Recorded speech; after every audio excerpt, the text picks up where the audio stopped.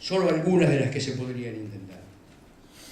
Con tinta impresa sobre el terror, sobrevuela en redacciones cautivas un cuervo de 2 alas, 2 periódicos, El Heraldo, con máscara de izquierda liberal, y Creencia, con máscara nacionalista de derecha. Es el espadeo aparente de 2 redacciones que manejan una amplitud de modulación donde el país no reducible a los poderes fácticos queda mayormente afuera. En algún momento el narrador lo hace explícito. Nunca se supo de qué cabeza estratégica trastornada había salido a la idea de permitir el contraste ficticio entre 2 diarios obedientes, aunque de manera distinta, a los señoríos oscuros que desde los subterráneos de la ninfomanía represiva comandaban el país. Este juego, y con él las conciencias atormentadas que lo llevan adelante, conlleva algo que yo llamaría un arte de referencialidad que maneja Horacio González. González sintetiza referentes hasta apelmazarlos, hasta compactarlos. Se puede decir como un reflejo condicionado, acá está el mentado el cronista comercial, acá está la opinión, acá está convicción, acá está sobrevolando el origen de la causa de papel prensa. Y puede ser cierto y no, como sucede con muchos personajes interpenetrados, visibles y ocultos, explícitos a veces y otras veces con un valor agregado que los confunde. Como si finalmente el objeto ficcional fuera captado por una antena enloquecida por sucesos y discursos atroces para terminar diciendo de una manera estricta sobre la prensa, pero abierta a los sucesos históricos, y lo cito: cada noticia tiene una orden de captura contra el hombre que la lee. Impresionante condensación de sentido surgido también de ese apelmazamiento de referencias. Me resulta imprescindible remarcarla porque sentí el tirón que siente el pescador ante un pique cuando me tropecé con esta frase: cada noticia tiene una orden de captura contra el hombre que la lee. Me resulta imprescindible, decía, detenerme en su onda expansiva. Se trata de una operación que, adrede o no, atraviesa toda la novela, esto es, la persistencia de la dictadura y de la ya larga postdictadura. Otro eje omnipresente es la laceración de los cuerpos, la tortura, la narración de la tortura. Sabemos que escribir sobre esto ha generado opiniones divergentes, discursos sobre la imposibilidad de narrar ese límite, y hasta escritores que han sostenido que no les parece moral buscarle palabras al tormento físico, como si hubiera otra posibilidad de dar cuenta de la atrocidad por afuera del lenguaje. En todo caso, lo que hace González es tomarlo como un lance bravo, aceptar escribir al borde del fracaso, al borde del lenguaje, y confesarse aún ese riesgo. Lo cito: el horror es indecible, un suceso impenetrable que no tiene narración sino alarido final. Están en Redacciones Cautivas esas y otras aproximaciones a el narrar la laceración de los cuerpos.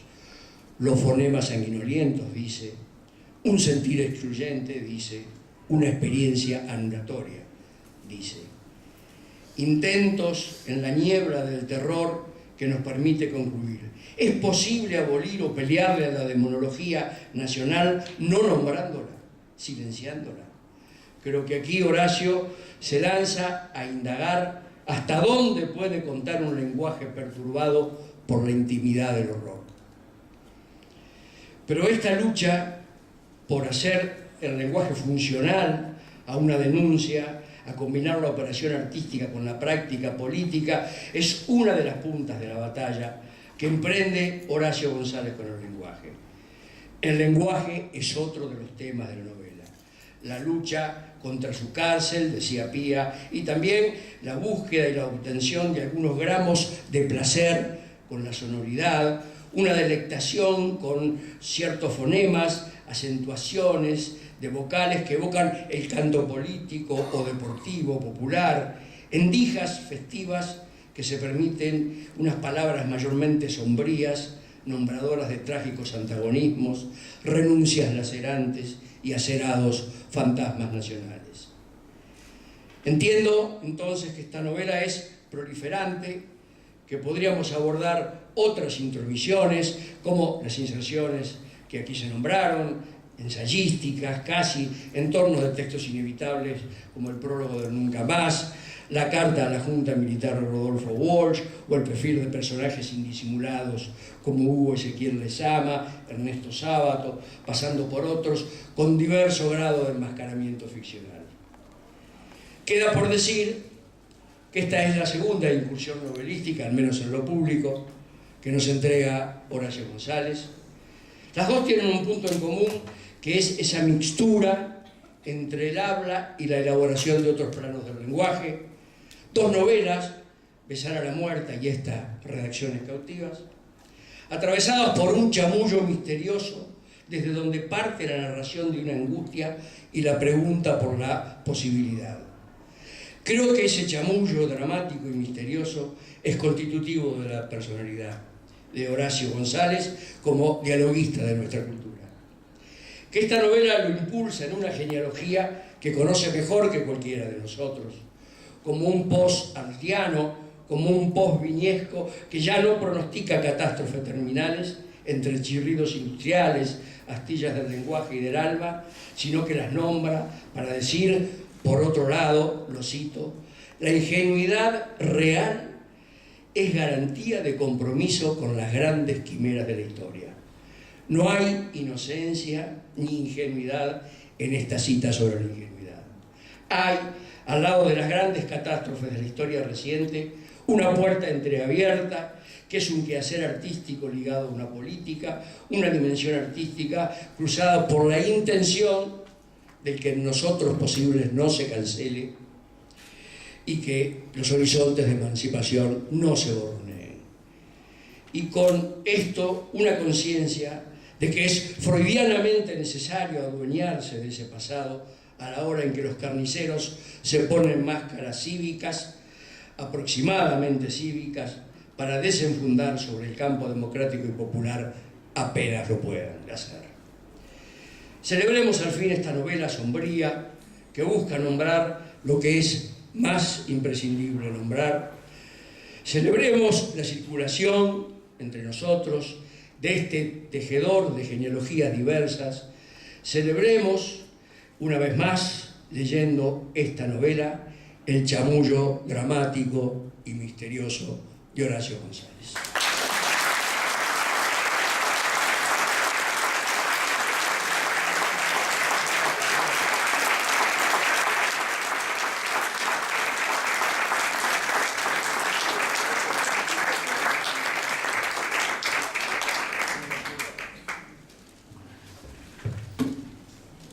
Chamulle, maestro. Bueno,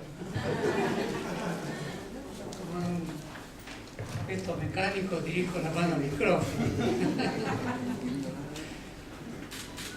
Bueno, agradezco a los amigos que bien han demostrado serlo con sus lecturas, Eduardo, Pía y Vicente, que se han tomado el trabajo.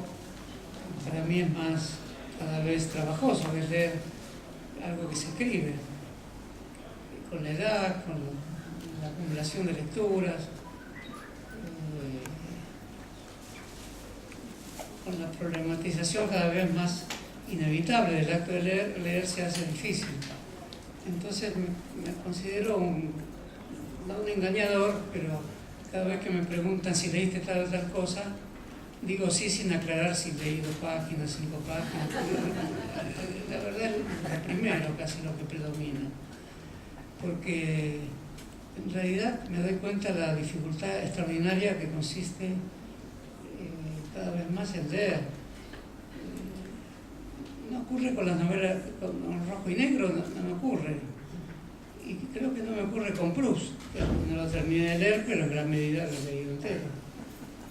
Entonces hay algo en nuestras escrituras, en fin, que anticipadamente se deben preparar para la crítica del que quisiste decir. como eso me pasa de hace por lo menos 40 años, yo ya venía bien preparado. Entonces se me ocurrió escribir formas parecidas a la novela, porque estimo sobremanera el ensayo. Yo creo en gran medida que un puñado de obras artísticas importantes salvan una nación. No está ocurriendo esto con la Argentina ahora. Me atrevo a decir esto en presencia de nuestra querida amiga, la ministra de Cultura. Pero es una responsabilidad de todos, obviamente. Hoy, en el homenaje que hacíamos a la Ciudad de México, ocurrió en su historia un acontecimiento fundamental que aquí no tiene parecido. Tiene algunos lazos, pero ocurrió la revolución de Pancho Villa, de Zapata, y aparecieron los grandes muralistas. Uno podrá decir que no es una causa y efecto determinable con tanta precisión, pero esto fue escrito, lo escribieron problemáticos personajes como Vasconcelos, todo lo problemático que se quiera. Y no en vano fue Trotsky ahí, es decir, un escritor de la política y del arte. Por eso no estoy diciendo nada inconveniente de la Argentina, estamos cerca de esas cosas. La Argentina está cerca de esas cosas, pero está cerca peleándose mal.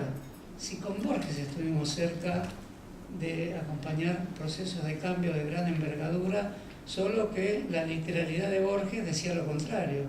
Si superamos ese horizonte fatal que nos hace leer de manera tremendamente literal, podemos perfectamente reencaminar lo que hoy es necesario en la Argentina para impedir que caiga en otras manos, que son no pocos, quizás este sean mayoritarios, pero aún tenemos tiempo de impedir que caiga en otras manos, sin que las manos en las que pueda caer terminen no gustándonos. Pero tenemos tiempo para discutir en ese hiato que se produzca entre las manos que van a borrar la historia, van a borrar cualquier problema de relación de la política con el arte, de las grandes artes plásticas con la poesía, del surrealismo con la revolución, de los grandes cambios, por más tímidos que sean, con el florecimiento de una gran camada de poetas nuevos, con la aparición de nuevas revistas. Todo eso va a ser borrado y tenemos que pelear para que eso no ocurra. Y lo que puede ocurrir puede ser algo menor también, sin duda. La Argentina se preparó para cosas mayores como todos los países. Estamos preparados para cosas mayores y sus instrumentos electorales, su caudal político, su escena política no parece estar a la altura de las cosas mayores para las que estamos preparados. Pero lo que sí debemos saber es que no debemos estar preparados para una especie de conclusión de todo lo que, por más incompleto que fuera, tratamos de decir. Porque en estos 10 años se trataron de decir muchas cosas. Solo con decir, se trató de decir, es suficiente. No es necesario hacer ningún tipo de propaganda sobre realizaciones que siempre tendrán el sesgo del incompleto. Un país trata de decir.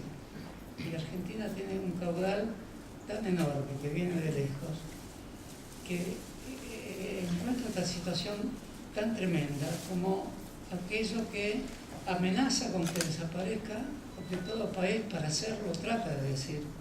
El otro día viene un programa de televisión, algo que me parece totalmente comprensible. ¿Cómo insultar al que vota otra cosa? No lo podemos hacer. No es posible hacerlo desde ningún punto de vista, ni siquiera el de la oportunidad electoral. Se votó otra cosa mayoritariamente en la capital de lo que la mayoría de los que estamos acá, supongo, hubiera querido.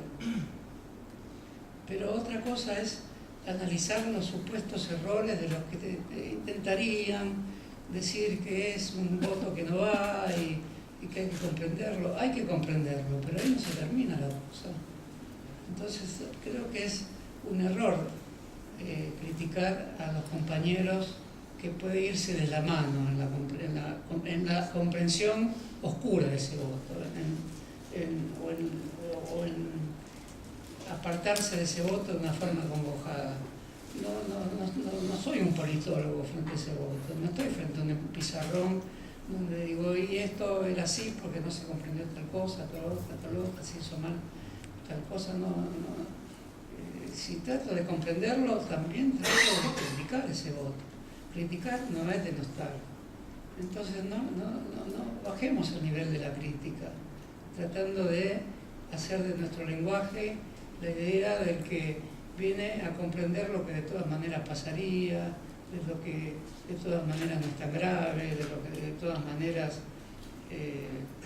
podríamos esperar, porque total, como se dijo, si mueren 2 chicos en Buenos Aires, ¿quién no lo lamentaría en una situación tan semejante que si mueren en Formosa, lugar donde hay un gobierno de signo diferente? Claro que ese es un problema que puede estar bien planteado, pero hasta cierto punto. En realidad el país vivió durante 10 años culpando por toda clase de accidentes a las autoridades del país. No digo que las autoridades no sean responsables, digo que el efecto de una causa rígida por la cual se responsabiliza a las autoridades también sería pasible de el ejemplo trivial de decir ¿qué maquinista quisiera que se mueran 30 personas en un accidente de una estación? Nadie quiere eso, pero el nadie quiere eso despoja la historia de su rugosidad más trágica. Y quizás a nosotros nos faltó un poco el deseo de lo trágico. Vivimos en una suerte de felicidad muy compactada. Incluso toda la publicidad que escuchábamos fue así, en gran medida justa, porque se hicieron muchas cosas. Pero lo que hay que hacer con nuestra conciencia ahora es preguntarnos mucho más a fondo si, además de comprender, no es posible no comprender nunca, debemos ser más duros con nosotros mismos y también con un tipo de voto que no sé cómo definirlo, porque todo voto es una conciencia profunda, no se puede medirlo como un voto de oportunidad. Ser una conciencia profunda, aunque sea irresponsable, aunque sea a cambio de una migaja, lo que fuera, está escrito en la Biblia eso. Se habla de una conciencia profunda. Entonces hay que encontrar nuevas palabras. Pues no digo esto que quizás está fuera de lugar, y perdónenme si realmente está fuera de lugar, pero creo que todos sentimos cosas parecidas. Es que se me ocurrió por esto escribir novelas a las que no las llamo así porque me parece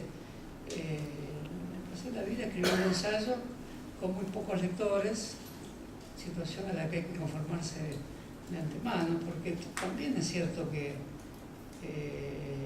el modo de lectura en la Argentina está muy graduado, muy dosificado, muy regido por leyes del mercado, por un enorme aparato de divulgación. Yo no participo de eso, por lo tanto me parece que los que no participamos de eso ni tenemos que criticar el modo extenso de la divulgación, que me parece bien. El propio ministro de Economía, que es un gran ministro de Economía, dice, voy a explicar para que quede claro para la gente. Me parece bien que emplee esa frase en un tema tan arduo como la economía, pero también me parece que hay laboratorios secretos del lenguaje. Narrar la tortura, por ejemplo. Es cierto que yo me animé a hacerlo, es irresponsable, porque citó bien Eduardo André Malraux, la famosa novela sobre la revolución de Chiang Kai-shek.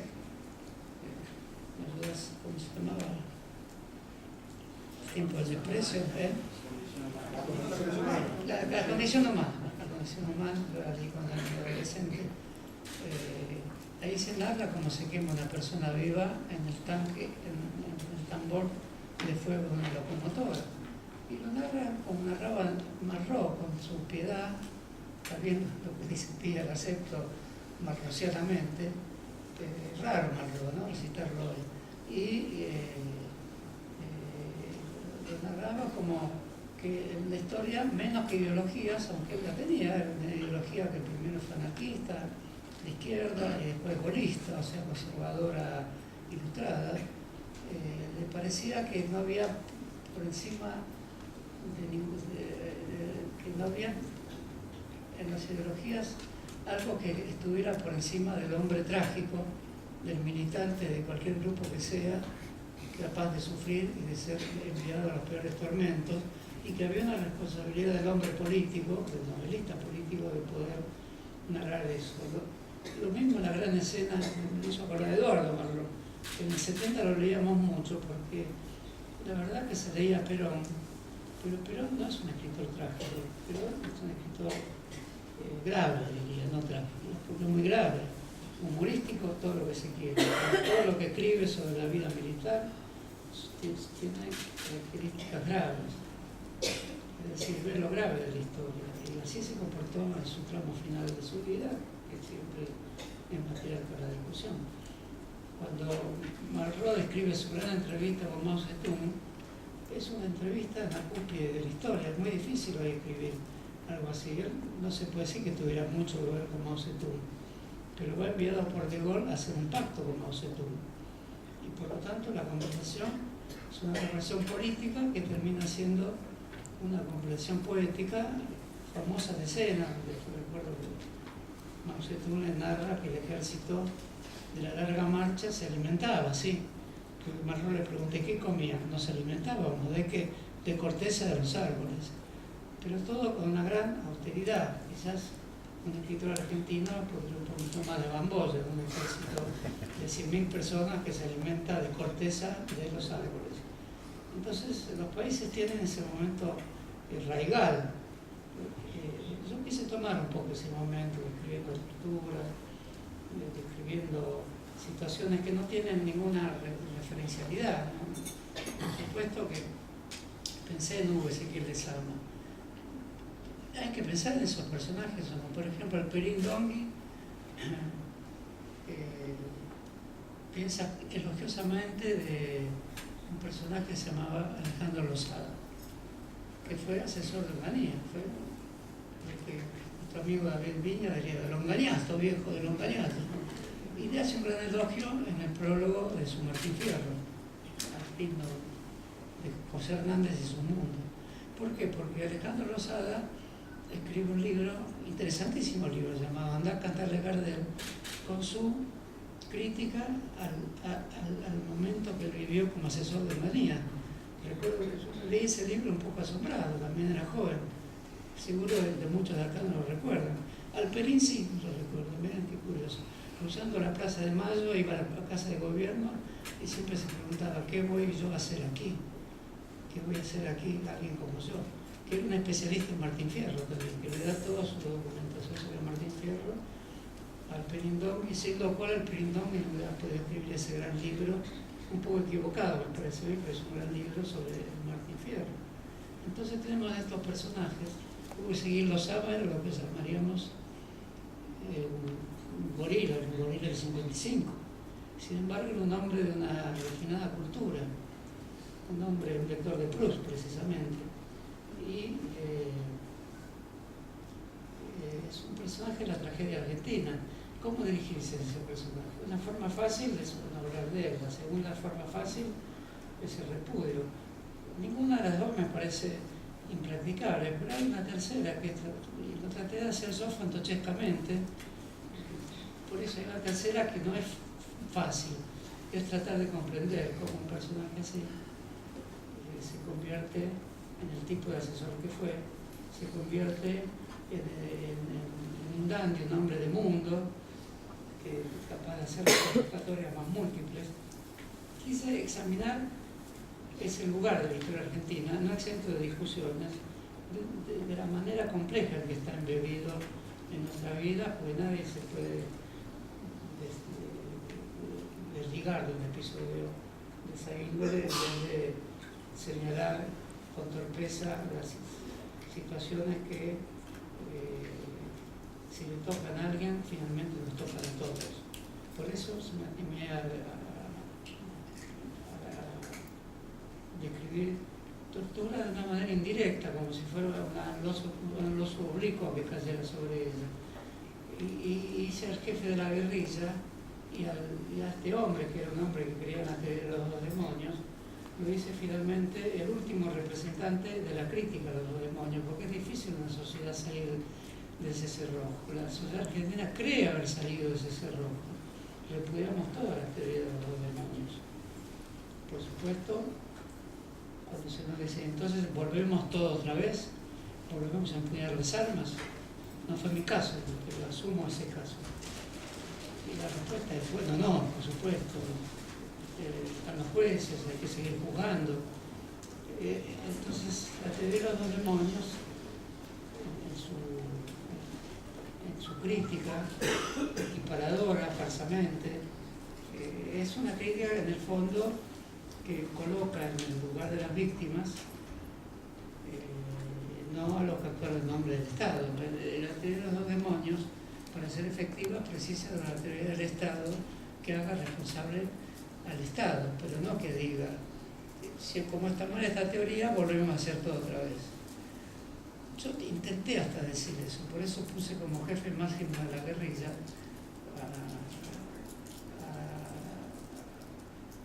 lo hice como fantoche, pues puse el oficial de inteligencia que se educó en Francia, que es el que asesora al diario Liberal, lo hice hablar una especie de lenguaje de los servicios afrancesados, un absurdo, pero es cierto que los servicios franceses estuvieron acá, si es que no siguen estando, aunque no son los de mayor gravedad, no, además son elegantes.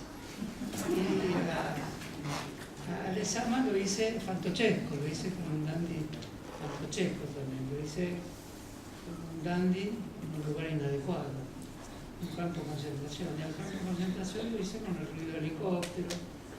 Y el jefe máximo de la guerrilla y el director del diario Secuestrado son los últimos que creen efectivamente en la heroicidad esencial del héroe guerrillero. Si me preguntan a mí si creo, después de haber leído todos los libros que se publicaron sobre el tema, digo, no sé lo que soy, la heroicidad del héroe guerrillero, pero hice uno yo, y le puse nombre indígena, le puse el nombre de Marianito Rosas, Mariano Parquetruz, le puse su nombre indígena. No sé qué quise decir con eso, quise decir, sigamos esperanzados, no repitamos lo que ocurrió, pero sigamos esperanzados. Bueno, muchas gracias.